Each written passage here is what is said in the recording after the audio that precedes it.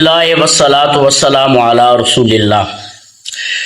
ناظرین و سامعین، آج آپ کے سامنے قبلہ استاد المکرم حضور شیخ الاسلام ڈاکٹر محمد طاہر القادری ادام اللہ تعالی فیوزکم السامین، آپ کی ذات پر ایک اعتراض کیا جاتا ہے کہ آپ ویسے تو جو کرپٹ لوگ ہیں، جنہوں نے کرپشن کی ہوئی ہے، ان کے خلاف ڈاکٹر صاحب بڑی باتیں کرتے ہیں اور کہتے ہیں کہ انہوں نے اپنے باہر بڑی جائیدادیں بنائی ہوئی ہیں، اس لیے وہ پاکستان نہیں آتے۔ تو یہی وہ کہتے ہیں، یہی اعتراض ڈاکٹر صاحب پر بھی ہوتا ہے کہ ڈاکٹر صاحب کیوں نہیں پاکستان آتے۔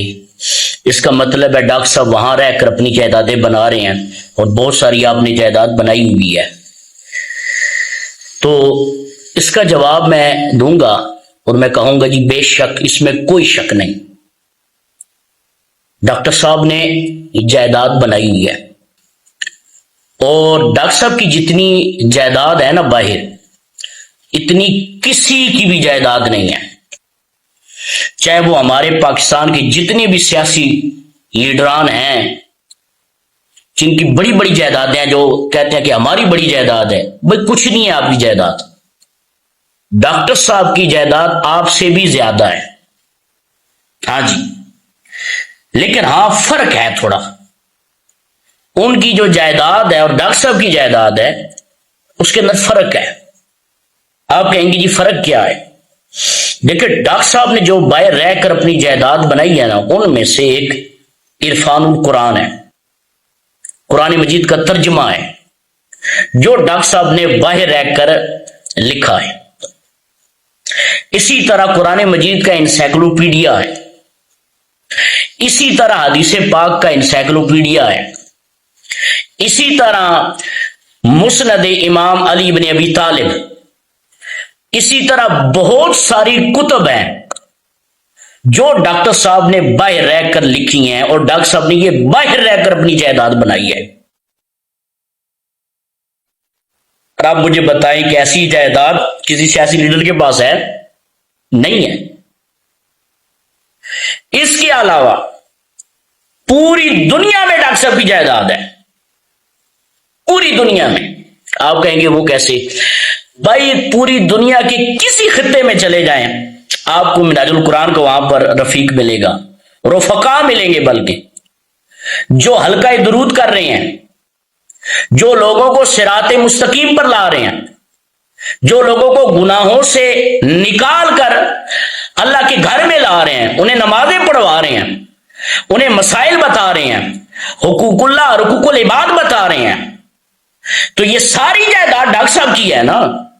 یہ جھنڈا تو حضور شیخ الاسلام ڈاکٹر محمد طاہر القادری نے لگایا ہے۔ اس لیے پوری دنیا کے اندر آپ جہاں چلے جائیں، آپ کو ڈاکٹر صاحب کی جائیداد وہاں پر مل جائے گی۔ جہاں بھی منہاج القرآن کا آپ جھنڈا دیکھیں گے، سمجھ لیں ڈاکٹر صاحب کی جائیداد ہے۔ سمجھ آئیے؟ تو اس میں کوئی شک نہیں، ڈاکٹر صاحب کی بڑی جائیداد ہے، لیکن ڈاکٹر صاحب نے جو جائیداد بنائی ہے یہ ختم ہونے والی نہیں ہے۔ دنیا کی جتنی بھی جائیدادیں ہیں وہ سب ختم ہو جائیں گی۔ جتنی بھی سیاسی لیڈروں نے اپنی جائیدادیں بنائی ہیں، یزید کتنا پاورفل تھا، آج اس کی کوئی جائیداد ہے؟ ختم۔ لیکن ڈاکٹر صاحب نے جو پودا لگایا ہے، اپنی جائیداد کا لگایا، جو جھنڈا لگایا ہے، یہ قیامت تک رہے گا، کبھی بھی ختم یہ جائیداد ڈاکٹر صاحب کی نہیں ہوگی۔